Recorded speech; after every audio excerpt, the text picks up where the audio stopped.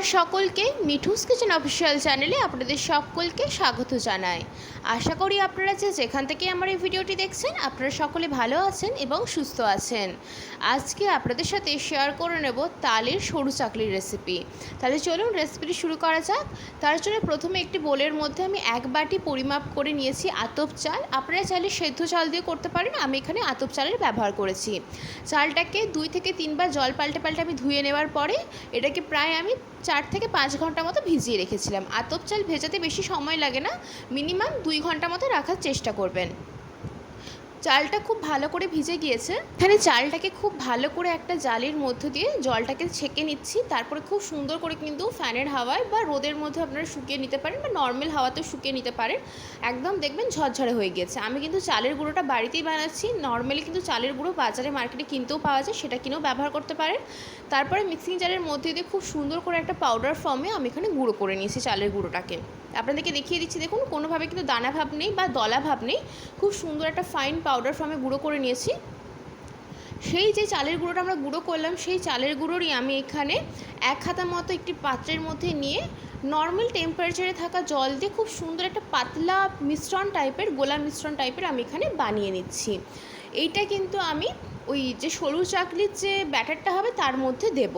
এইটা আপনারা চাইলে গরম জলের মধ্যেও দিতে পারেন, তবে আমি এখানে ঠান্ডা জলে গুলিয়ে নেওয়ার একটাই কারণ, গরম জলের মধ্যে ডিরেক্ট চালের গুঁড়োটা দিলে কি হয়, দলা পেকে যায়। খুব ভালো করে কিন্তু মিশ্রণটা এরকম একটা স্লারি টাইপ মানে পাতলা মিশ্রণ টাইপের হয় না। তারপর একটি ফ্রাইং প্যানের মধ্যে গরম জল করতে বসিয়ে দিয়েছিলাম। জলটা ফুটে আসলে আমরা যে গোলা মিশ্রণটা রেখেছিলাম চালের গুঁড়োর, সেই মিশ্রণটা দিয়ে খুব ভালো করে একটু নাড়াচাড়া করবেন। বেশিক্ষণ না, মিনিট 5 হাতে সময় নিয়ে একটু নাড়াচাড়া করবেন। দেখবেন চালের মিশ্রণটা খুব ঘন হয়ে আসছে। ঠিক সেই পর্যায় পর্যন্তই কিন্তু আমাদেরকে এটাকে একটু গরম করতে হবে। এইভাবে যদি সরু চাকলি করেন এটাতে না পিঠেটা খুব নরম হয়, ভীষণ নরম হয় সরু চাকলি পিঠেটা খেতে।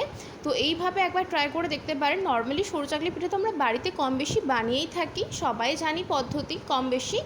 তো এইভাবে একবার ট্রাই করে দেখতে পারেন, যদি না ট্রাই করে থাকেন। খুব সুন্দর সফট হয় পিঠেগুলো, খুব সুন্দর করে। কিন্তু এখানে আমি দেখিয়ে দিচ্ছি আপনাদেরকে ঘনত্বটা, ঠিক এরকমই ঘনত্বটা রেখে দিতে হবে এবং এটাকে খুব ভালো করে ঠান্ডা করে নিতে হবে। ততক্ষণ বাকি প্রসেসটা আমরা করব। একটি বোলের মধ্যে আমি 1 বাটি তালের পাল্পটা নিয়েছি। তারপরে দিয়েছি আমি এর মধ্যে যে চালের গুঁড়ো করে রেখেছিলাম সেই চালের গুঁড়ো এখানে দিয়ে দিচ্ছি 2 বাটি। মানে এখানে আমি 2 বাটি চালের গুঁড়োর জন্য 1 বাটি তালের পাল্প নিয়েছি। তালের পাল্পের পরিমাণটা কম বেশি আপনারা করে নিতে পারেন। তারপর আমরা যে চালের ব্যাটারের মিশ্রণটা তৈরি করেছিলাম ফোটানো গরম জলের মধ্যে, সেটা তো ঠান্ডা করে নিয়েছি, সেটা অর্ধেক বাটি মতো দিয়েছি আমি এখানে। তারপরে দিয়ে দিচ্ছি পরিমাণ মতো নুন এবং নর্মাল টেম্পারেচারে থাকা জল দিয়ে ব্যাটারটাকে খুব ভালো করে কিন্তু মাখিয়ে নিতে হবে। এখানে কিন্তু ব্যাটারটা আমি হাতে করেই মেখেছি, কারণ কোনো হুইস্কের সাহায্যে মাখলে কি হয়, যেহেতু চালের গুঁড়োটা রয়েছে দলাভাব থেকে যেতে পারে, সেই ক্ষেত্রে হাতে করেই মাখিয়ে নেওয়ার চেষ্টা করবেন। এতে করে ব্যাটারটা খুব সুন্দরভাবে মাখানো হয় এবং ব্যাটারের কনসিস্টেন্সিটা খুব ভালো মতো বোঝাও যায়। তো সেই ক্ষেত্রে এখানে আমি হাতের ব্যবহার করেছি। আপনারা চাইলে হুইস্কের সাহায্যেও ব্যবহার করতে পারেন, তবে আমার মনে হয় হাতে করে মাখলে বেশি সুবিধা হয়। তো সেই ক্ষেত্রে এখানে আমি প্রথমে অল্প পরিমাণে জল দিয়েছিলাম, তারপরে মাখতে মাখতে বুঝতে পারছি যে আরও জল দেওয়ার প্রয়োজন রয়েছে, সেই ক্ষেত্রে এখানে আমি আরও অল্প পরিমাণ জল দিয়ে দিচ্ছি। আর একটা কথা, আমি এখানে জল দিয়ে ব্যাটারটাকে গুলিয়েছি। আপনারা চাইলে রুম টেম্পারেচারে থাকা দুধ দিয়েও ব্যাটারটাকে গুলে নিতে পারেন, তবে আমি এখানে জলের ব্যবহার করেছি। তারপরে আরও একটু অল্প পরিমাণে জল দিয়ে খুব সুন্দর করে ব্যাটারটাকে কিন্তু মিশিয়ে নিয়েছি এবং ব্যাটারের ঘনত্ব আপনাদেরকে দেখিয়ে দিচ্ছি, কোনোভাবে কিন্তু দলাভাব নেই এর মধ্যে। তারপর একটা তাওয়া বসিয়ে দিয়েছি, তার মধ্যে দিয়েছি সামান্য পরিমাণ রিফাইন অয়েল। তেলটা একটু গরম হয়ে আসলে এর মধ্যে দিয়ে দিয়েছি ব্যাটারের কিছুটা পরিমাণ অংশ। তারপরে একটা তালপাতা বা যে কোনো একটা পাতলা কিছুর সাহায্যে এইভাবে গোলাকার করে আমরা যেইভাবে সরু চাকলি পিঠে বানিয়ে থাকি বা গোলা রুটি বানিয়ে থাকি, ঠিক সেই মতো করে কিন্তু গোল করে মেলে দিতে হবে। খুব ইজি প্রসেস, বাড়িতে অতি অবশ্যই করে একটু তালের সিজনে সরু চাকলি পিঠে এইভাবে একবার বানিয়ে দেখতে পারেন, খেতে ভীষণ ভালো লাগে। নলেন গুড়ের সাথে আমি এখানে সার্ভ করেছিলাম। নলেন গুড় না থাকলে যে কোনো গুড়ের সাথে সার্ভ করতে পারেন, পাটালি গুড় বা আখের গুড়ের সাথে, তবে আমার পার্সোনালি নলেন গুড়ের সাথেই ভালো লাগে। এখন তো নলেন গুড়ের সিজন না, যদি বাড়িতে কারো স্টোর করে রাখা থাকে তো সেই ক্ষেত্রে আপনারা খেতে পারেন, ভীষণ টেস্টি হয় খেতে। আজকের রেসিপি আপনাদের কেমন লাগলো অতি অবশ্যই করে কমেন্ট করে জানাবেন। যদি ভালো লেগে থাকে অবশ্যই করে আমার চ্যানেলটিকে সাবস্ক্রাইব করে দেবেন, লাইক শেয়ার কমেন্ট করতে ভুলবেন না। না। আর যদি এরকম নিত্য নতুন রেসিপি পেতে চান তাহলে অতি অবশ্যই করে আমার চ্যানেলটিকে সাবস্ক্রাইব করে দিয়ে আমার চ্যানেলের পাশে থাকার অনুরোধ রইল। একটা পিঠ যখন খুব ভালো করে ভাজা হয়ে যাবে তখন আমরা এইভাবে দুটো পিঠকে উল্টে পাল্টে সুন্দর করে ভেজে নিয়েছি। ওপর থেকে সামান্য একটু পরিমাণ তেলও দিয়েছিলাম। আমি এখানে আবারও একটা সেম পদ্ধতিতে গ্যাসের ফ্লেমটা লো টু মিডিয়ামে রাখবেন, খুব বেশি হাই ফ্লেমে দেবেন না, তাতে করে কী হবে তলার দিকটা পুড়ে যাওয়ার চান্স থাকতে পারে। তো সেই ক্ষেত্রে আবারও আমি কিছুটা পরিমাণ ব্যাটার এর মধ্যে দিয়ে দিয়েছি।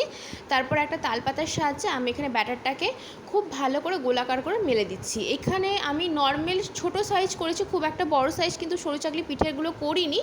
আপনারা চাইলে এখানে বড় সাইজেরও করতে পারেন, আমি এখানে মিডিয়াম সাইজের করেছি। শেপটা আপনারা পছন্দ মতো দিয়ে দেবেন, মানে কতটা বড় করবেন বা ছোট করবেন সেই মতো দিয়ে দেবেন। কিছুক্ষণ আমরা অপেক্ষা করব যাতে করে একটা দিক খুব ভালো মতো সেট হয়ে যায় এবং ওপর দিকটা যখন ড্রাই হয়ে যাবে তখন ওপর থেকে সামান্য পরিমাণ একটু তেল দিয়ে অপর পিঠটাকেও ভালো করে উল্টে পাল্টে ভেজে নেব। এইভাবে কিন্তু পিঠেগুলো তৈরি করে নিতে হবে, খুব ইজি প্রসেস। আমি কিন্তু তালের পাল্প এখানে 2 বাটি চালের গুঁড়োর সাথে 1 বাটি তালের পাল্প দিয়েছি। আপনারা কিন্তু তালের পাল্পের পরিমাণটা ডবলও করে দিতে পারেন, মানে 2 বাটি চালের গুঁড়োর সাথে 2 বাটি তালের পাল্পও দিতে পারেন, কোনো অসুবিধে নেই। এখানে আমি নলেন গুঁড়োর সাথে সার্ভ করেছি। রেসিপি কেমন লাগলো কমেন্ট করে জানাতে পারেন। যদি ভালো লেগে থাকে তাহলে অতি অবশ্যই করে চ্যানেলটিকে সাবস্ক্রাইব করে দেবেন আর এইভাবে একবার সরু চাকলি পিঠে বানিয়ে দেখতে পারেন।